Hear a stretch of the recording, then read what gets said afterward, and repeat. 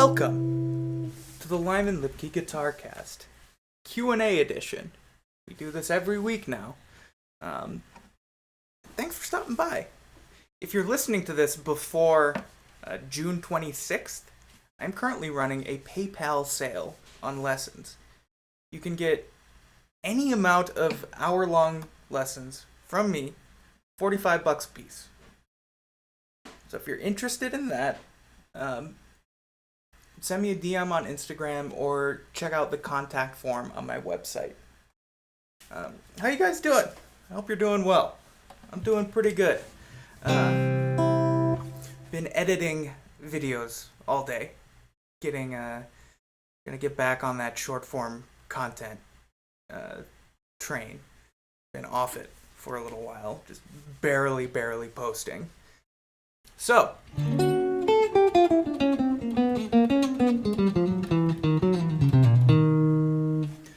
some triadic chromatic stuff. Have a question about that? Leave it in the comments. I just dropped the pick. Let's just jump right into the questions, shall we? Ryan asks, if we don't distinguish the chord, can we get away with soloing like that? Possibly.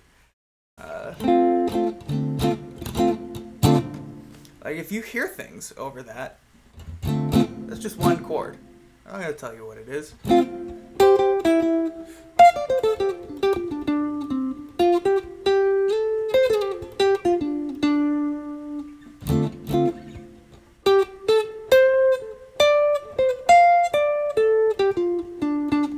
We're just playing the pentatonic scale. There are probably more than one pentatonic scale that work over any chord.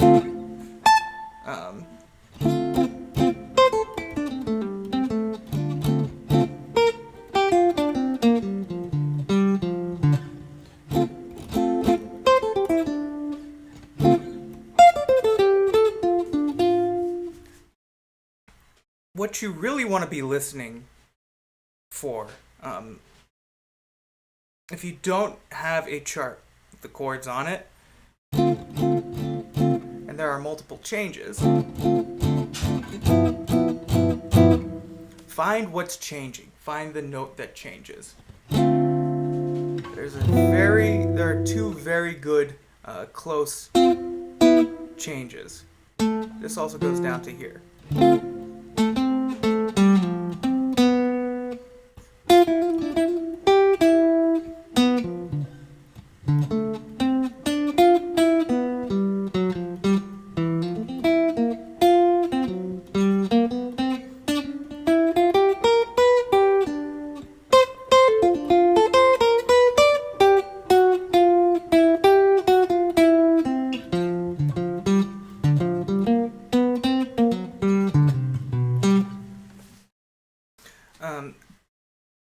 And I was just trying to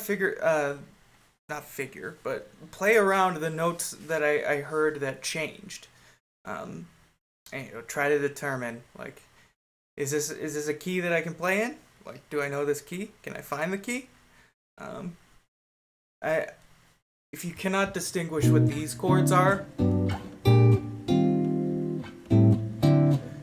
you're probably not going to be able to improvise over these specific changes.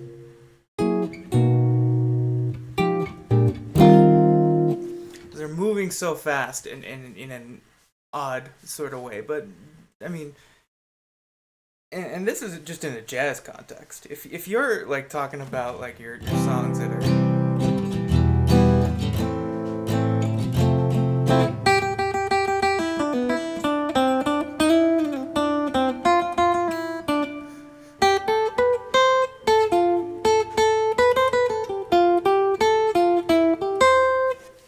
find the key and try to make good melodies. And if you're in the key, not all of the notes in that key are going to work over all of the chords. So if you land on a note on a certain chord that doesn't sound too good, either avoid that note or figure out a way to resolve that note. when you hit that chord. That's using your ears, and to a larger extent, like you should be training your ears. Like you should be able to hear a simple melody and play it on your instrument. You don't need to, hear it and then play it perfectly the first time. You can absolutely fumble. Like the first times you do this, if you've never done this before, it might take you a half hour to find this melody.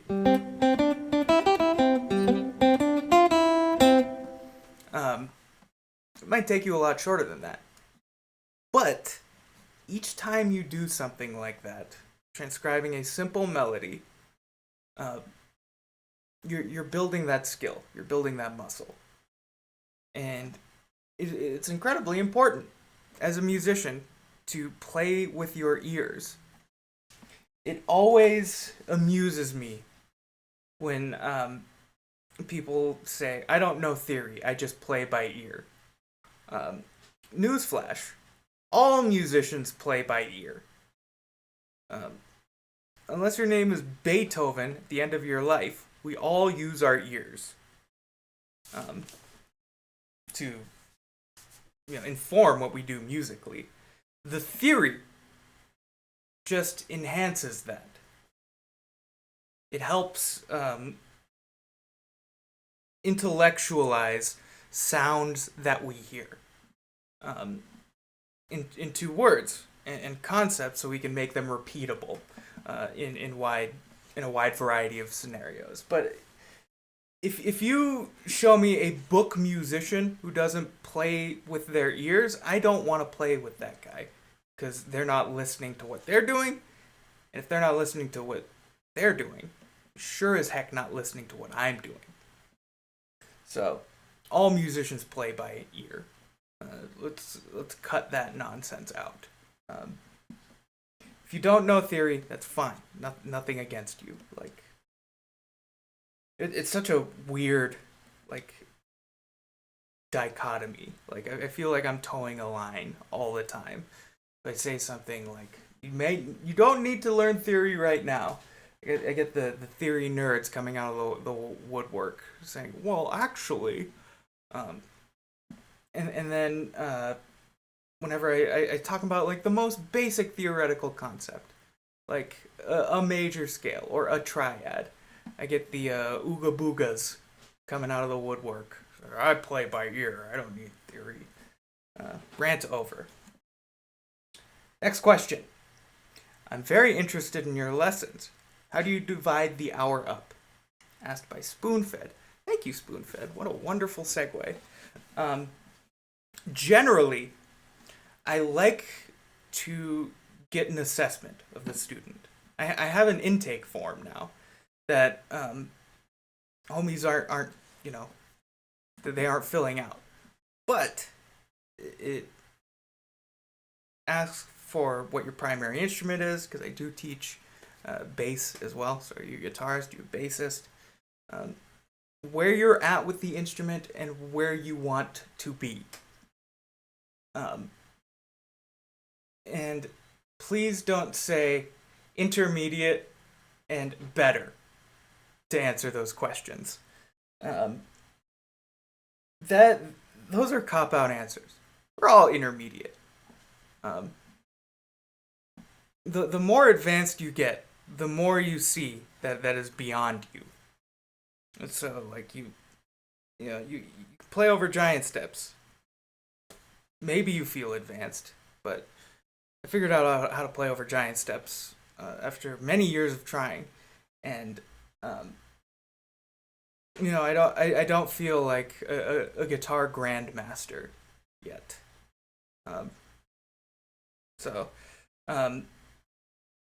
When asking the question, or when answering the question, where are you at with the guitar?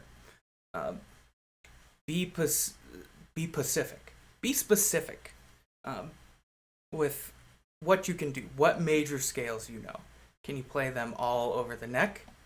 Can you play all your triads? Do you know all the chords? Do you know the spellings of the chords? Do you know the spellings of all the keys? Like, so some things that you can do. Can you listen to a simple melody and play it in 3 minutes? That's a valuable skill, and that's valuable information for me to go off of. And where do you want to be on the guitar? How do you answer that question? Um, Certain players, like if you have influences, say John Frusciante, I want to sound more like John Frusciante. That is something I can go off of.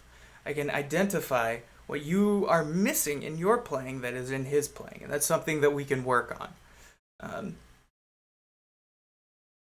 I hear the answer more often than not. Like, I want to solo better and no more chords. Well, uh, I mean, what chords do you want to learn? Like narrow it down. Always like try to get as specific as you can, in as few words as you can. And that is the difficulty. Um, Being descriptive and concise. I think that has some. That's some of the reason I blew up on these short form platforms, because I have gained the ability to uh, give a lot of information with little word. Um, and I mean, this is music. It's not rocket science. So I'm always searching for the simplest way to explain something. It doesn't mean it's the only way that I explain something. Um, and that's another point of contention between me and random commenters. I explain something a certain way, and they get upset because it's not the way that they learned. Well, I know the way that you learned most times, and I explain it that way when I believe the student will respond well to that specific explanation. What works for one person may not work for everybody, and there are some people who will argue that point as well, which is wild to me.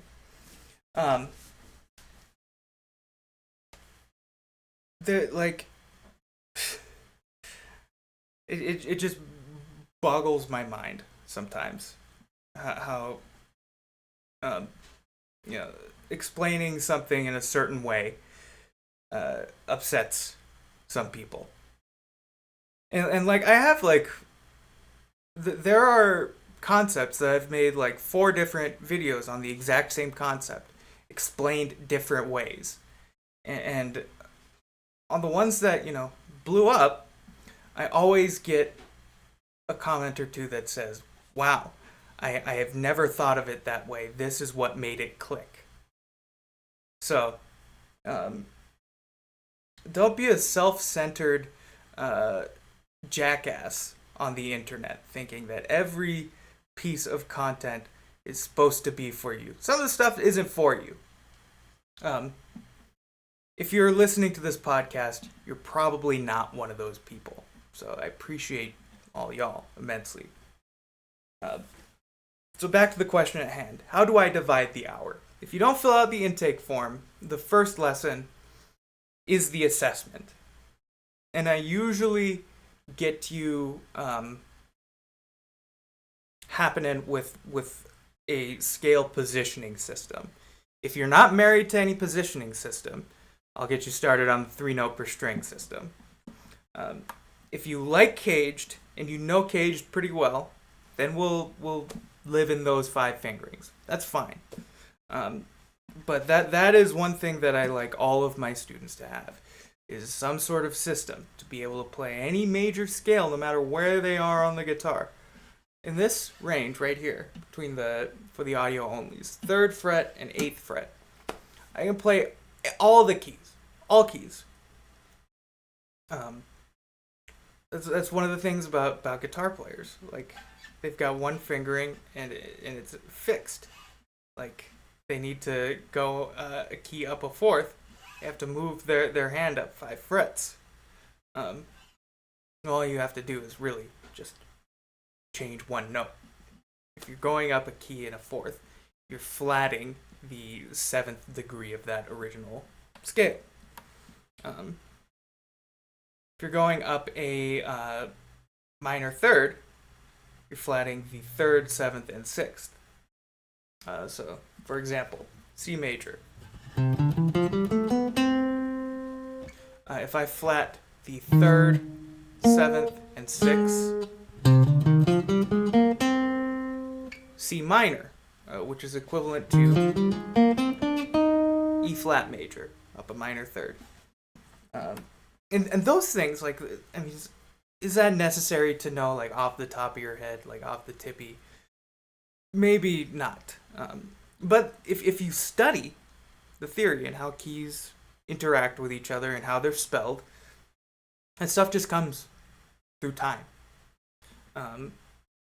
Like what you have to flat if you, raise something by raise or lower something by some interval. Like, you raise it up a tritone or down a tritone. It's the same. You're going to add 6 flats or 6 sharps. So, key of B flat has 2 flats. Tritone away, key of E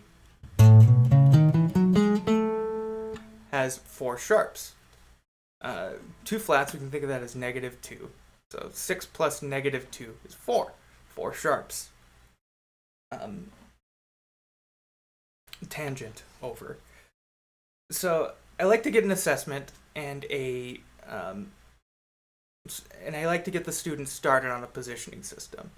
If you have that stuff, then we're in business. I generally like to get the goal. Like, who do you want to solo like? What kind of style of music do you want to play? What makes you happy to do with the guitar in your hands? Or what do you think would make you happy if you were able to do that thing? And usually, like, there's really only 4 things, like 4 major overarching concepts that we'll deal with on the guitar. Single notes,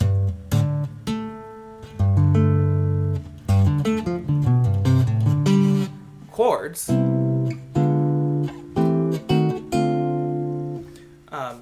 rhythm and time, and sound or tone, sound production. Rhythm and time and tone.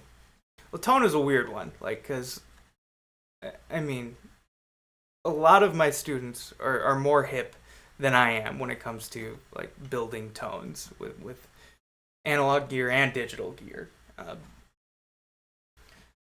But the physical aspect of making a note sing,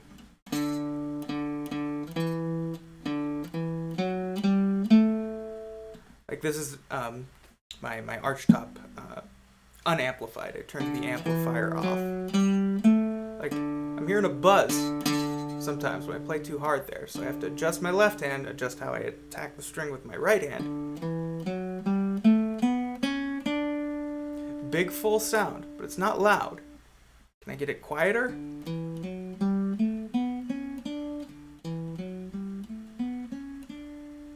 Trying to make it full at any volume. And that's a part of sound production that isn't talked about as much as, like, just turning the knobs on your pedals. Like, what does playing more towards the fingerboard do against playing more towards the bridge? It's a phaser. This phaser was included in this pick. You don't have to buy a phaser. It changes what harmonics are accentuated. To me, that's what tone is. It is the amplitude and release time and decay of the harmonics above the fundamental.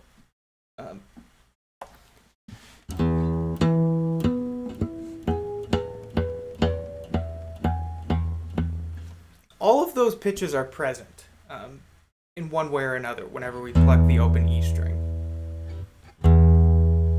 The fundamental and lower order harmonics are much more present if I am plucking closer to the fingerboard. I'm not sure which ones are more present when I pluck closer to the bridge, but it is definitely higher. The higher order harmonics than these are more accentuated, and those types of things are going to affect how when the overall guitar signal is sent to like your overdrive pedal. Like it's going to change, because that's what overdrive does. It adds harmonics via clipping or something. Not too studied in that.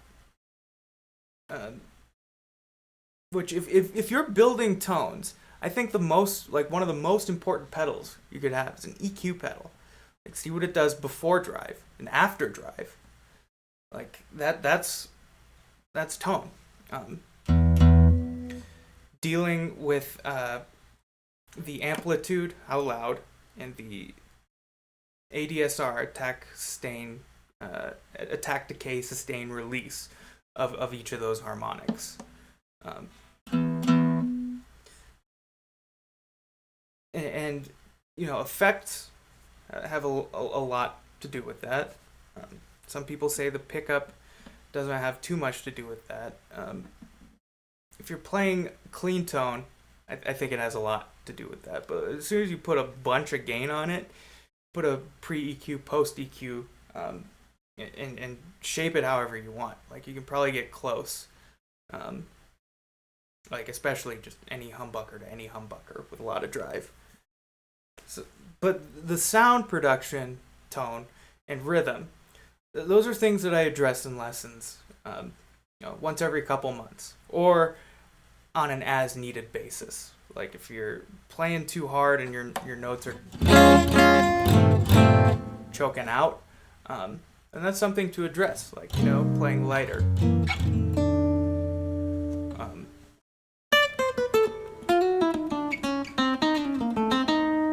It's close to the bridge.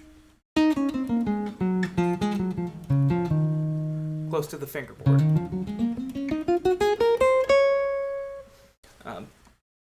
So we address those as they come. So okay, the meat of the question. How do I divide up the hour? Once we're all set, once we're rolling,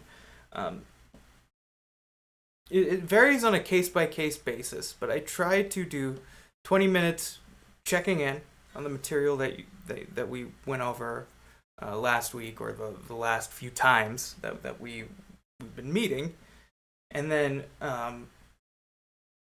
some combination of single notes and chords.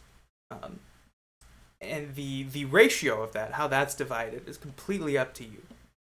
And there's a logical progression to each of those. The single notes, you gotta know your positions, where you start putting patterns in the positions.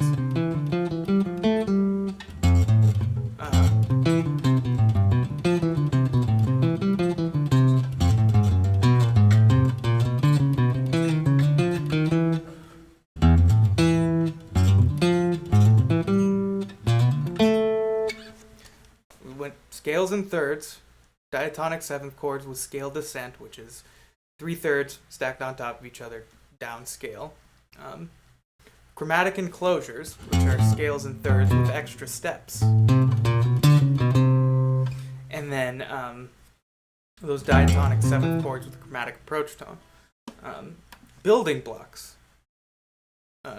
Making sure that you have somewhat of a grasp on the concept, and you're able to do it before moving on to the next concept. I'm not one of those perfectionist teachers. Like, I'm not going to withhold information from you because you have not mastered every single scale in thirds. Because that's lame, and I don't want you to get bored. However, if you really want to put the time in and master something before you move on to the next thing, then that's fine as well. Like, we can dive as shallow or as deep on any subject that you so desire. Like if you have the scales and thirds mostly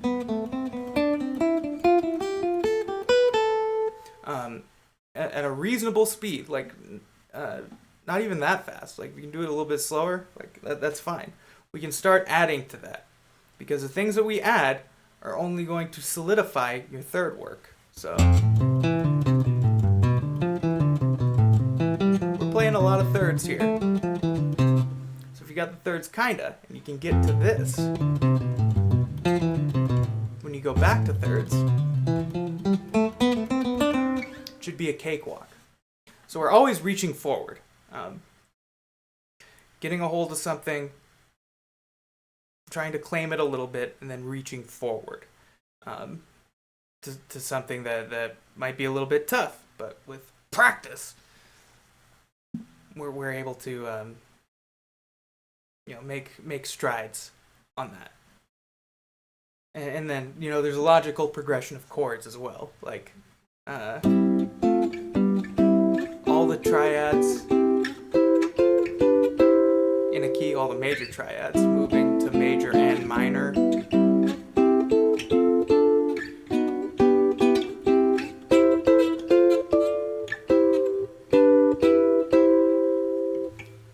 Learning where the root, third, and fifth of each of those chords are.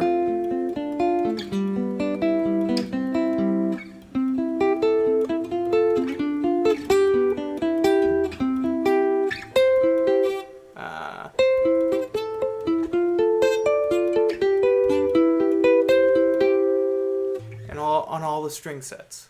That was a very practical exercise. Learning the shapes, learning where they go.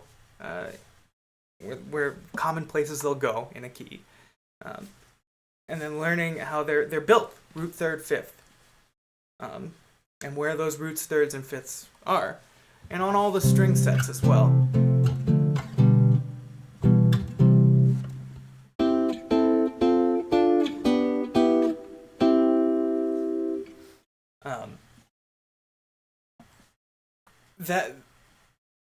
That's more practical than being able to do, triad, like one triad across string sets or on the same string set.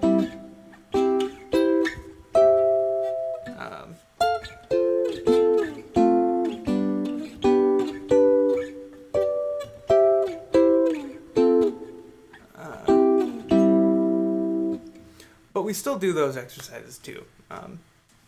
A little bit easier once we have, the context in place. And then from there, we can go into seventh chords, adding the seventh.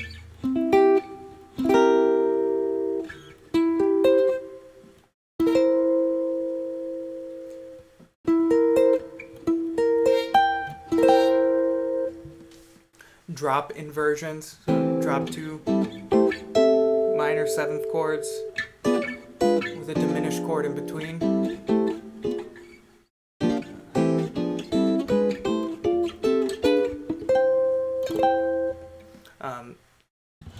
And all the different drop types and all the different string sets.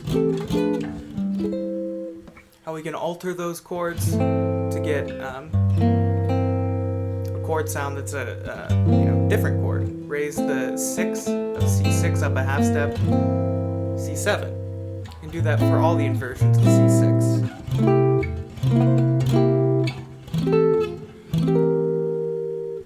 Also, C, this is also A minor 7. So I can lower the 6th, A minor 6.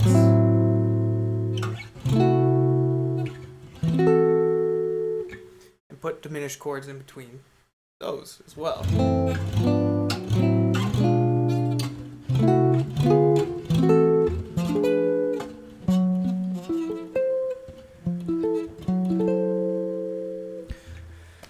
I've got the Oscar Schmidt OE40 today. Big guitar. But it doesn't have great acoustic projection, but it's got decent acoustic projection. I bought this guitar for $120 in 2009.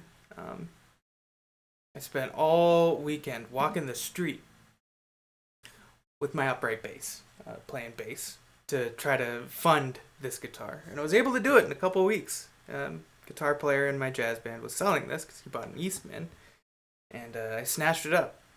And he said it was going to be an extra $50 for the case, and I told him to go pound sand. So, lesson division. 20 minutes review, the rest of 40 minutes divided into single notes and chords. And rep, like repertoire, if you're interested in that, if you want to go through learn songs, which is something I'm happy to do. It's different for every student. You can help me, build the journey for you. But if you just want to show up and have me, give you the journey, I can do that. I can give you 20 minutes scales, 20 minutes of chord stuff. Or, divide it up into 4 parts. 15 review, 15 scale, 15 chord, 15 rep. So that's... and I just babbled on for like 20 minutes on that. But, I love talking about this stuff. And so I hope when I talk about this stuff in lessons, like I can help you get excited about this stuff too. Next question. Can I still shred with small hands? Yes, absolutely. I don't have ginormous,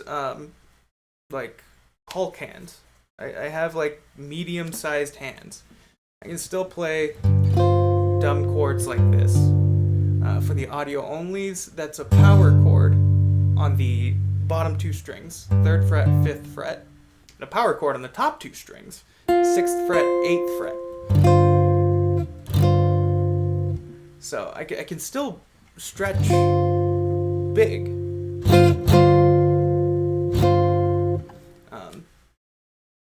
And I mean, the size of your hands doesn't particularly matter. It's more about, how swift can you move and how efficiently can you move.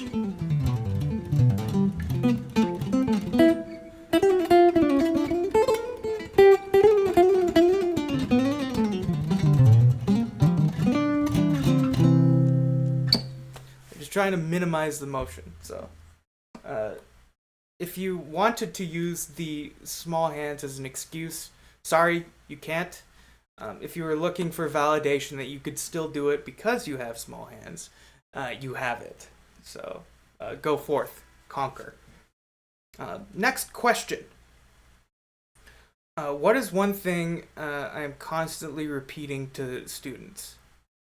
I have a few things. Learn your G-dang positions, like the C major scale. I don't care what system. Learn it in all the positions of your system.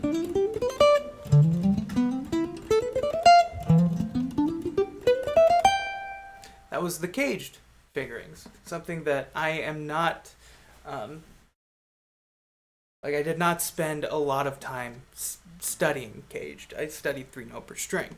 So that's one. Learn your positions. Another one is slow down when you practice. I've seen this far too many times. Somebody's playing through some, they make a mistake, oops, and then they speed it up as if they're trying to catch up. No, that is the opposite of what you should do. Slow it down so you can make deliberate moves. So your hand isn't guessing. You don't want your hand to guess. You want it to be sure. And in relation to that, playing something and then making a mistake and then starting all the way back at the beginning to correct it. You've practiced this, because if you're doing that in front of me, I imagine you're doing that in your personal practice time, which means you've practiced this way more than the part that you're making the mistake on, which is the opposite. You're really good at this, playing it over and over again correctly, consistently, than making a mistake at the end. So find a spot where it's comfortable. That isn't the complete beginning. Usually, if it's a scale exercise, starting on a string. If it's a scale exercise, usually starting on the G string, because that's when things start to change. When we cross that B string.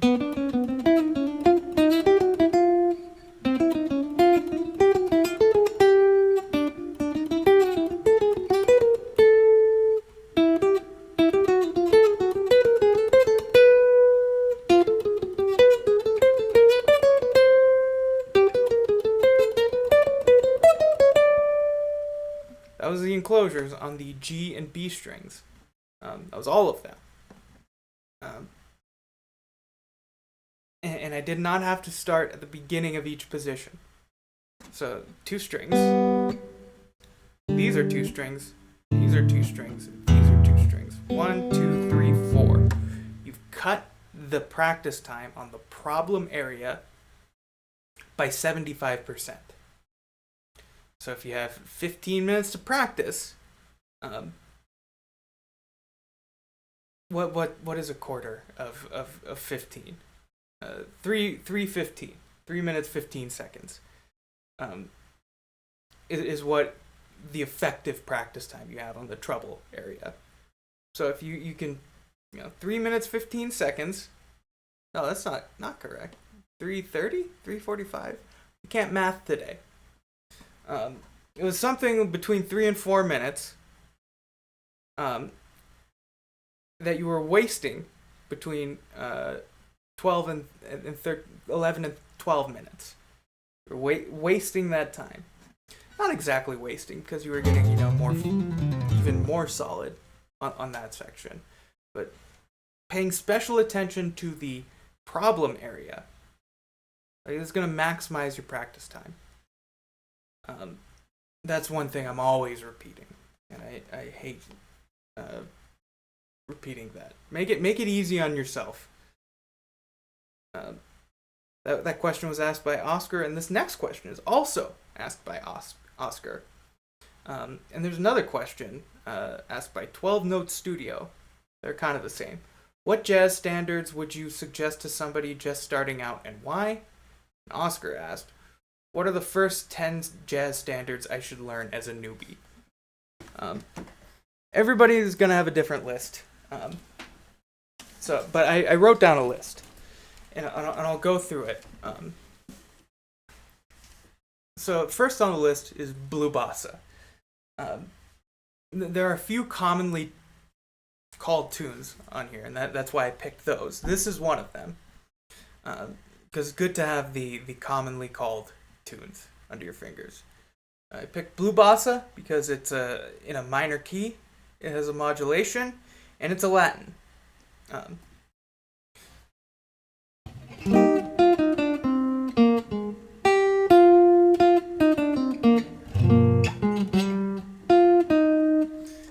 I had been playing that tune wrong for like years. I always played that section.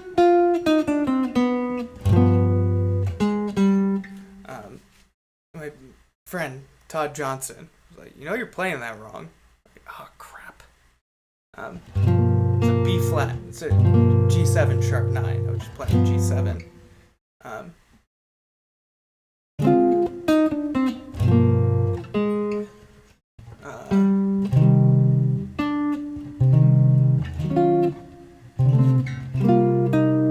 Then it modulates. It's in C minor, 3 flats, to a D flat major, 5 flats.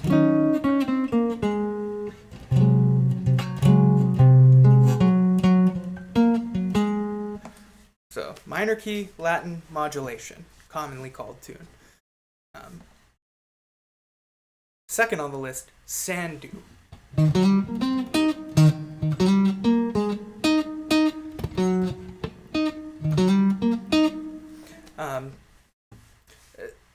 There are a couple of 12-bar blues heads on this list, and this is one of them. And it's a nice one. I like this one. That's why I picked it. Because everybody should learn some blues heads. And 12 bar form. So it's not, all blues heads usually 12 bars. So not so much you have to learn.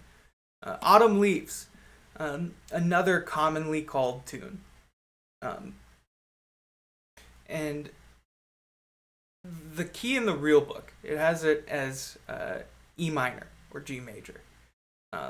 The real key that people call it in would be G minor or B flat major. And I believe the original key is A minor.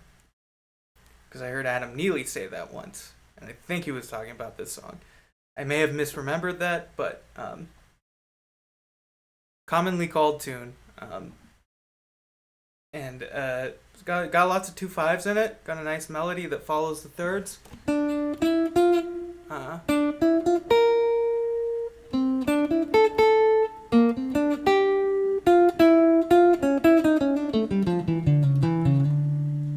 I played it in a key that none of those keys. I just played it in D minor. Fourth on the list, In a Sentimental Mood. I picked this one because it's a ballad, and ballads are especially tough on the guitar.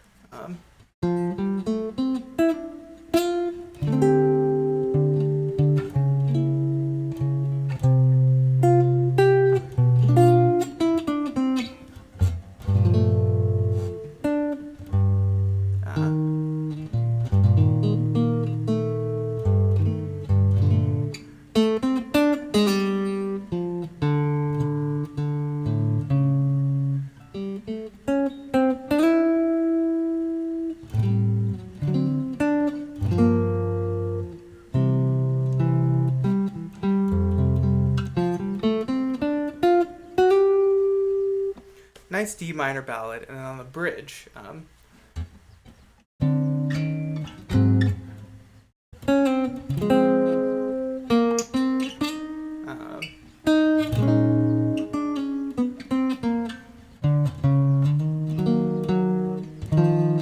haven't played this tune in a long time. It modulates, I think, to D flat major. Again, I haven't played this tune in a long time. Number 5 on the list, All of Me. Old tune, great tune, nice little melody. And lots of secondary dominance.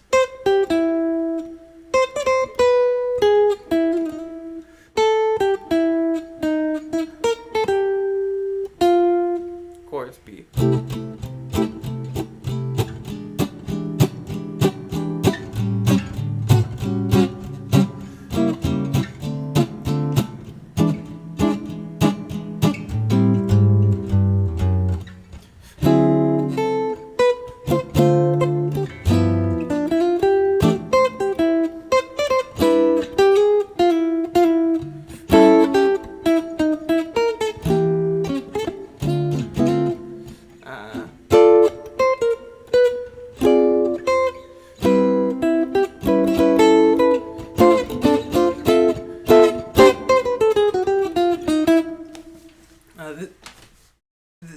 This tune will teach you how to deal with secondary dominance. Number 6, All the Things You Are. Great tune, changes keys a lot, has a built-in intro.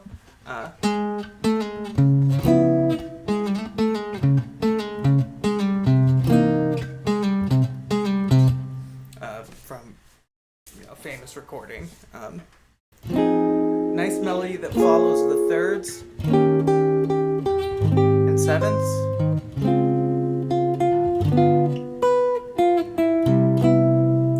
Minor 2-5-1 to the major. That's the A section. And the A section repeats.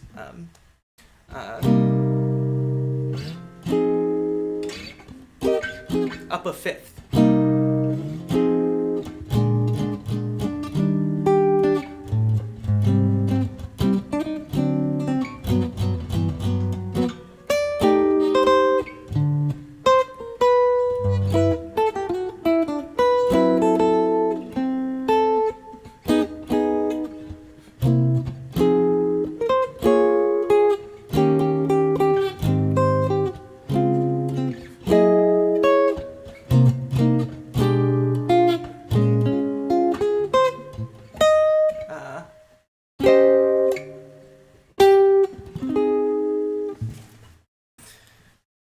last A. It's like the first A, but it's got a little tag at the end, extra 4 bars.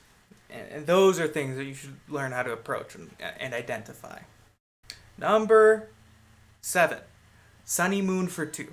Another blues head built off of the blues scale.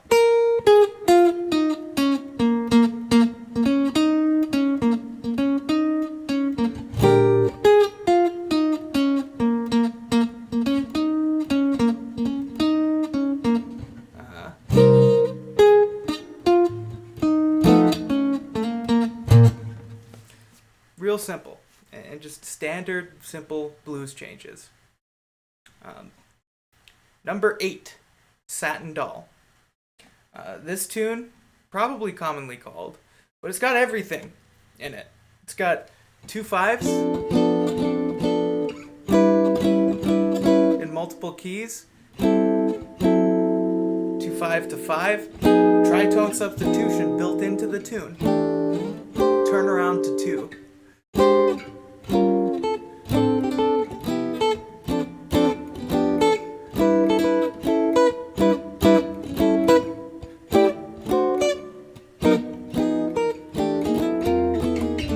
5 to the 4.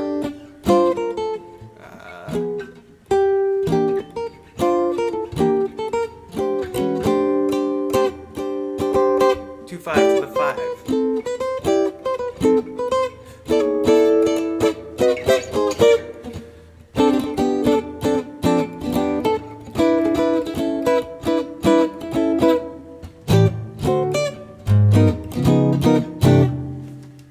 Great little tune. That'll teach you so much about weaving through 2 5s. Number 9, and this one might be controversial. Like, it's probably controversial to some jazz people, but the Girl from Ipanema.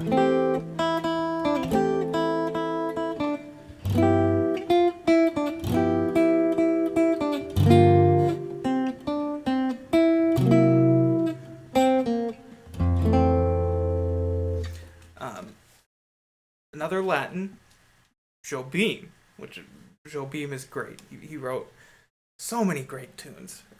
I think that's why there's a lot of contention against Girl from Ipanema, because people don't think it's the best tune that he wrote, which is probably true. However, non-jazz people know that melody.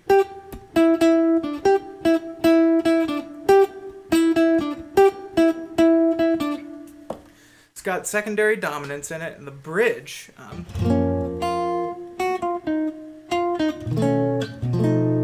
has some real cool modulations.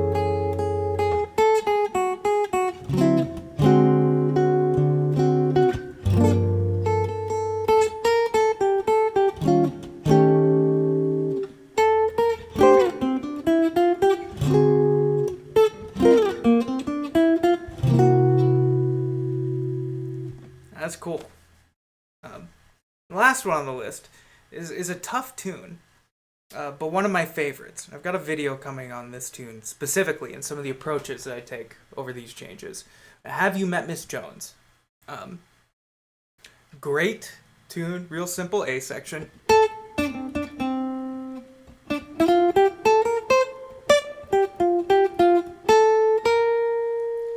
chords turn around to 2. 2, 5, 3, 6, and on the first A it's a 2 5, but here on the second A, 2 5 to the 4, and then we get giant steps. I'm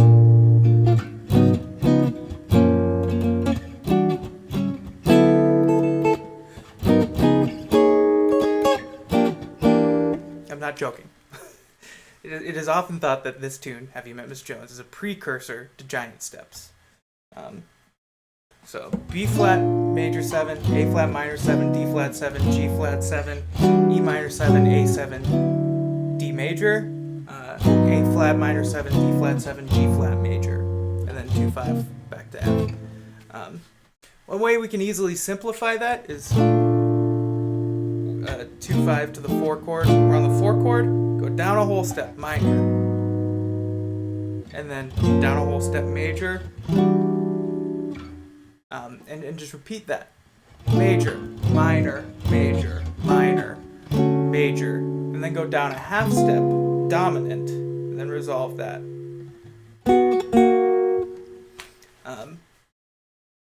That takes some of the like twisty turny nature of the tune out of it a little bit. That gives you some anchor points, like a logical move.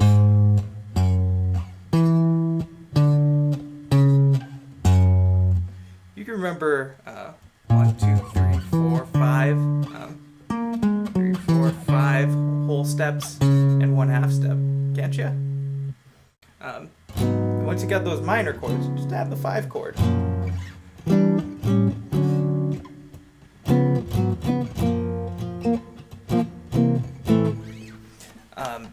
I put that on the list because it's a very gentle introduction to giant steps. And a lot of folks, want to be able to play over giant steps. If you can play over the bridge, Have You Met Miss Jones, you'll have more of a fighting chance over giant steps.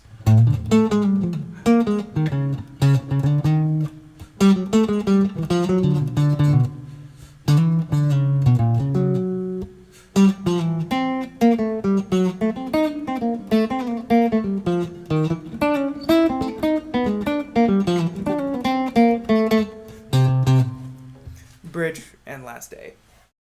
So those are my 10 jazz standards to learn. Blue Bossa, Sandu, Autumn Leaves, In a Sentimental Mood, All of Me, All the Things You Are, Sunny Moon for Two, Satin Doll, Girl from Ipanema, and Have You Met Miss Jones? Next question. What are some ways that to learn new voice leading effectively? So, simple. Take your chord changes and spell them out. Write them down. So, on one line, write D, F, A, C. On the next line, write G, B, D, F. And then C, E, G, B. Then, draw lines. Like, what notes can move to what notes close by. So you can draw a line from C, that first chord, to B. So that C can go down to B. Simplest voice leading. F and C. That C changes to B, so you draw a line from the C to B, and then this F will change to E. So draw a line from the F on the second line to the E on the third line.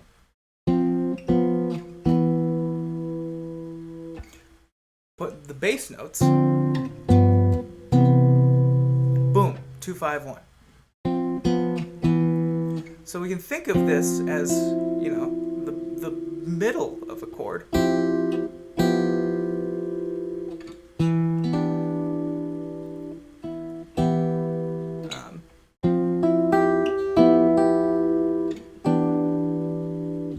And I voice led that note down, so just playing that little voice leading, that little piece of voice leading. And then, does this note work over? Yeah, it does. Does this note work over? It does. So, does this note work over?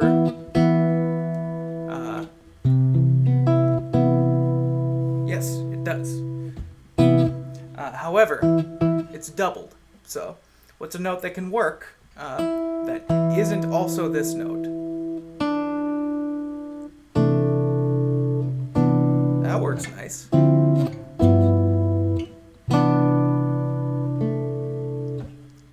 And then did the same thing. Does this note work? Yeah. And that's just, if the voice leading is happening on the bottom. We can put that in the middle as well. So,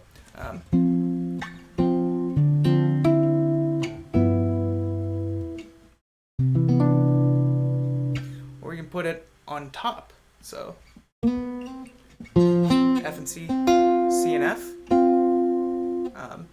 Just put a random note here. I think that works. That sounds nice.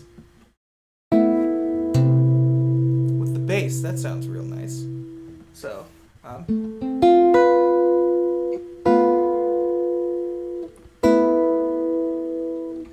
just looking for extra notes that I could add.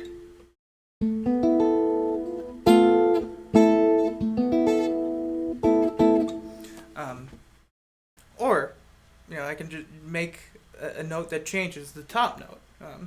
One way to get real nice voice leading. So, the top note isn't going to change here between this. We're playing 2-5-1. D minor 7, G7, C major 7. D minor 7, that's C. The 7th goes down to this B, 3rd of G.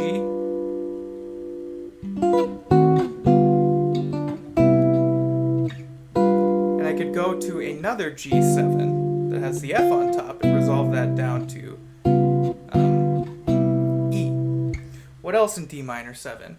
Or G7 resolves down to a note in C. That D can resolve right down to the C. So I could play something like this. That's my 2-5-1. 1, 2, 3, 4. 1, 2, 3. Once more for me. 1, 2, 3, 4. 1, 2, 3, 4. 1, 2, 3, 4.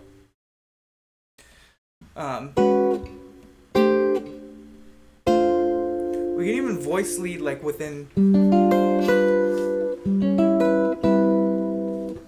one chord. So I'm keeping that C. I'm suspending it. It becomes G7 sus4, then resolving it down. I can keep the 4th there.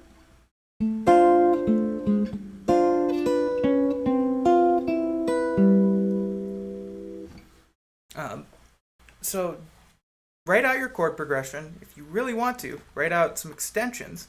Then draw lines between the notes that move close to each other.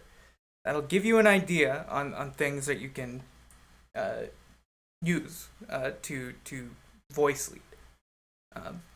Especially the important notes moving to other important notes, like thirds moving to sevenths. And then, put it on the bottom, put it in the middle, put it on top.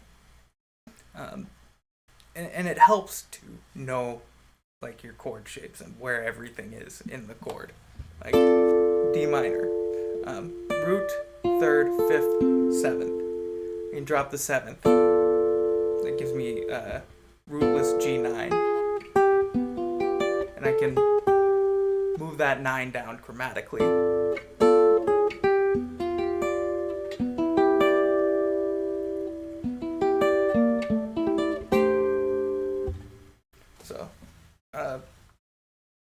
Draw lines and make sure you know your chords real good. Like, that's important. Next question. This is the last question, actually, for the day. What do we need to understand before we learn jazz? You need to understand that you like jazz. If you don't understand that, then don't play jazz. Like, if you don't like jazz and want to play jazz for some sort of like, Mr. Miyagi secret mission, like, it's the friends we made along the way type thing, that you'll gain a bunch of magical skills. You might, but like, life's too short to do things that you don't really love, that you don't have to do. Like, you do not have to learn jazz. I know I shout it from the mountaintops, but that's because I like jazz. And I like sharing it with people, and I like, introducing people to this beautiful art form. So if you understand that, then you can start playing jazz. Learn a good 2-5-1.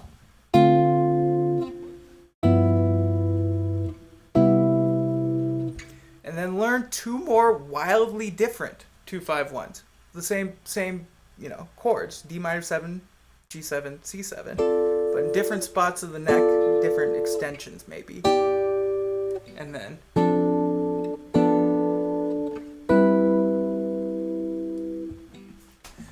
if you can do that, you're good to go. Like, start exploring. Like, jazz is a lot of 2-5s and variations on that. Like, there are common progressions. 2-5-1 is one of them. It's the main one. We've also got turnarounds to 2. So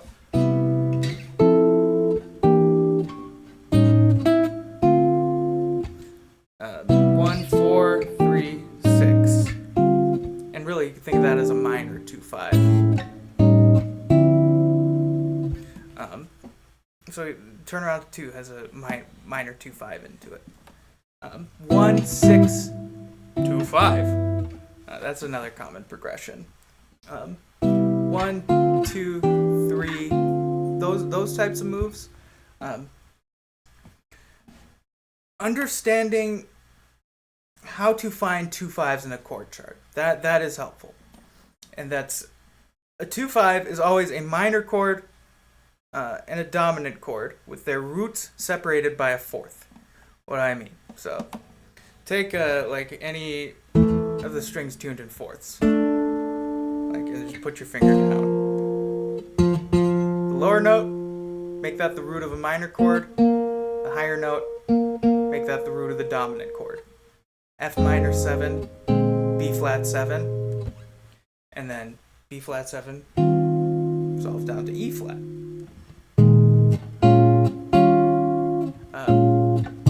B flat and E flat. So B flat minor, E flat 7, A flat major.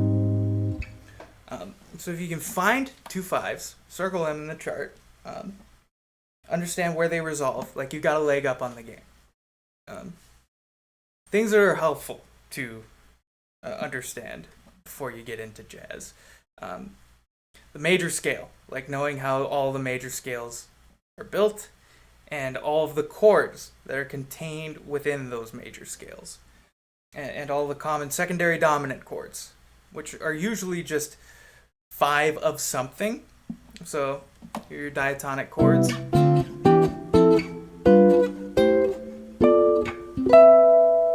All of those chords can have a 5 that goes to them. So G7 is the dominant. It's the dominant scale degree. Naturally occurring diatonic 7th chord on the dominant scale degree. D minor. 5 of D minor is A7. 5 of E minor, B flat, or is B7. 5 of F major, C7. 5 of G7 is D7. 5 of A minor 7, B is E7. And don't really see a 5 chord moving to a half diminished chord, so don't worry about that one. Or what you do have to worry about is there might be corresponding 2 chords to those secondary dominants. So corresponding 2 chord, meaning if you're going to a major chord, it can probably be just a regular minor chord. So the corresponding 2 chord to this 5 chord, find a place where you can put my finger on A, go the string below. It's this note, it's E. E minor 7. E minor 7 flat 5. So minor 7 flat 5 moving to the secondary dominant that resolves to a minor chord.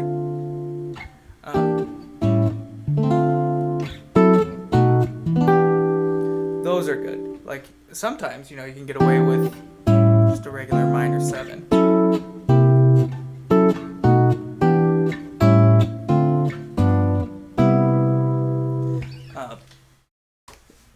Just a regular minor chord to 5 of 4. regular minor chord to 5 of 5. Half diminished chord to 5 of 6, because this is actually the diatonic chord in the key. And unfortunately, all of the tritone substitutions that go along with those. So, 5 of 1, which is just 5. Tritone substitution, D flat 7. Tritone substitution that resolves to D minor 7, E flat 7. So, a half step above the root of the chord that you're resolving to is the tritone substitution. So like I'll see like something like E minor 7, which can go nice into 5 of 6 or 5 of 2, which is A7. But I can tritone sub that to E flat 7. And tritone sub all of them. And the corresponding 2 chords to the tritone subs. So if I'm playing C major and I want to play a 2-5 tritone sub leading to F, I would put the tritone sub leading to F is F sharp or G flat, G flat 7. Play the corresponding 2 chord, G flat's here, string lower, that'd be C, D flat minor 7. So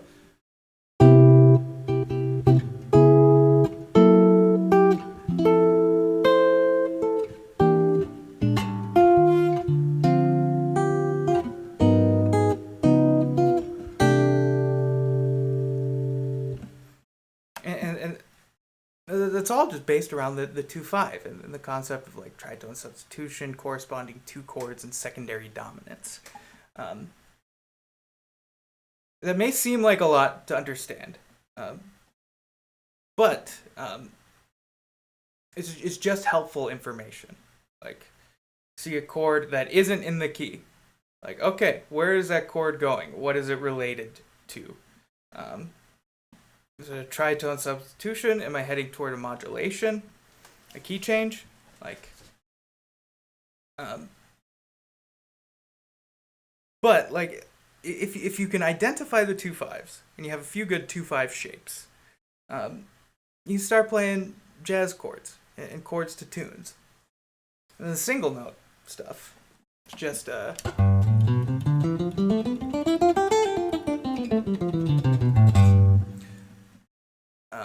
if you can come up with a good melody that sounds like jazz, like without knowing any of the theory, like, good on ya. Like, I mean, I'm pretty sure that was the origin of the tradition. I mean, a lot of those guys. I mean, like, I'm pretty sure Bird, like, knew all the theory. But a lot of theory came about to explain what these great players were doing.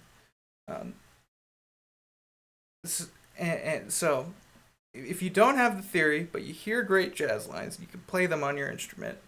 Like, awesome. If you don't listen to a lot of jazz, I highly doubt that you'll be able to play something that could convince a real jazz musician that you know how to play jazz. So, listen to jazz. Sing lines that you like and learn how to play them. That's transcription, which is a huge part of the tradition. That's something I haven't really said publicly a lot. I'm not a big transcriber. I'm a big believer in transcription. But I haven't done like too many like full solos. I'm a theory guy. Like, as much as I preach against it, like, my solos, my transcription, like, it'll come from, like, I'm listening to a recording, I hear one line, I love that line. What is that line? How can I quantify that theoretically? And I know that's a major seventh chord, or just a seventh chord, a diatonic seventh chord. And I played a note below going into that, and I played triplets, and then down chromatically.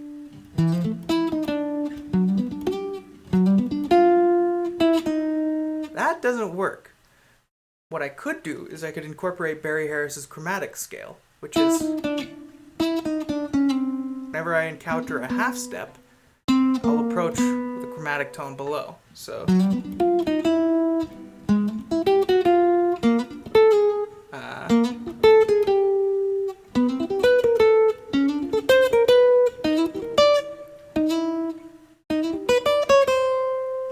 I took that one concept and put it everywhere. And that's where my transcription goes. Like one phrase, like one small phrase. And how can I put it everywhere? Like what chord does that work over? The answer is a bunch. It's an F major 7 arpeggio, going chromatically down to the 6th. One way to explain it.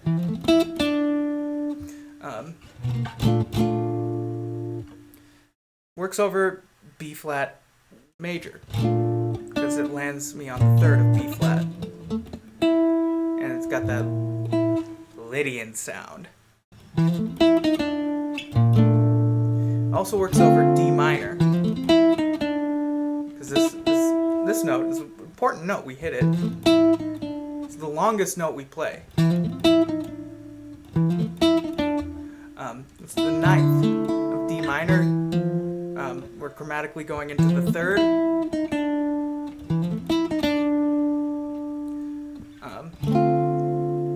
If it works over D minor, you can think of this as a 2 chord, corresponding 5 chord. Put it in a different spot that's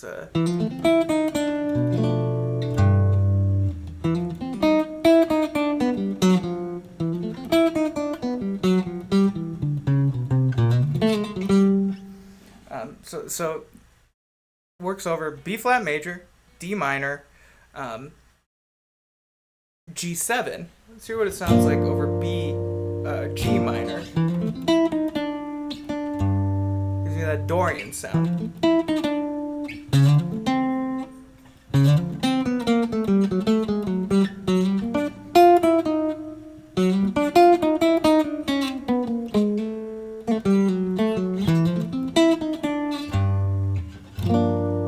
Or G minor too. Obviously, also works over F major 7. So just one permutation of that line works over so many chords, and I got many different permutations from that one line. So that's what I do with my transcription. If I was to transcribe an entire solo, like I would feel very uneasy, like not being able to do that for every single line or idea in the solo, because like I feel like I wouldn't be getting max value. So one line at a time is what I do. So it was a little bit, transcribing. Like you can learn a whole solo, take some licks from there, or brush up on your theory, take a small line, and then break down the concept and see how that line is repeatable across the scale. Those are things that are helpful to get started with jazz. Like you don't need a lot, really. Learn a few good 2-5-1 shapes, and then learn a few licks. And if you do that and you keep, adding to your repertoire, like I mean, you'll be playing jazz like at some point. If you're having fun with it, like that's all I could ever ask for. That is all the questions that I had. I appreciate y'all. thank you for listening till the end, if you did. I'm not sure how many people have listened to these podcasts till the very end. So if you did, please send me a DM on Instagram and say you listened till the end. And I will thank you immensely, and probably give you some sort of tab or something. I do one-on-one lessons. I've got tons of slots open if you're interested. From now until June 26th, 2024, PayPal sale. Hour-long lessons, $45 each. You can purchase as many as you want to be redeemable before June 26th, 2025. So you can purchase a whole year's lessons, 2 a week if you wanted. Nobody's going to do that, but if you want to get like 4 or 5 here and there, redeem them in a year, all for it. Like, yeah. After that, like, you know, I'm still not a super expensive teacher. I've got group classes coming up. And those are incredibly cheap. I've got some lectures I'm brewing in the brain. If you're watching on YouTube, please follow on Spotify. If you're listening on Spotify, please subscribe on YouTube. I would greatly appreciate that. Got lots more stuff coming on both of those fronts. And what else do I have? I don't think I have all that much else. I appreciate you. Follow me on any of the socials you're not following me on. I'm on Facebook, Instagram, TikTok, and YouTube. And yeah, to quote the philosopher Gotham Chess, get out of here.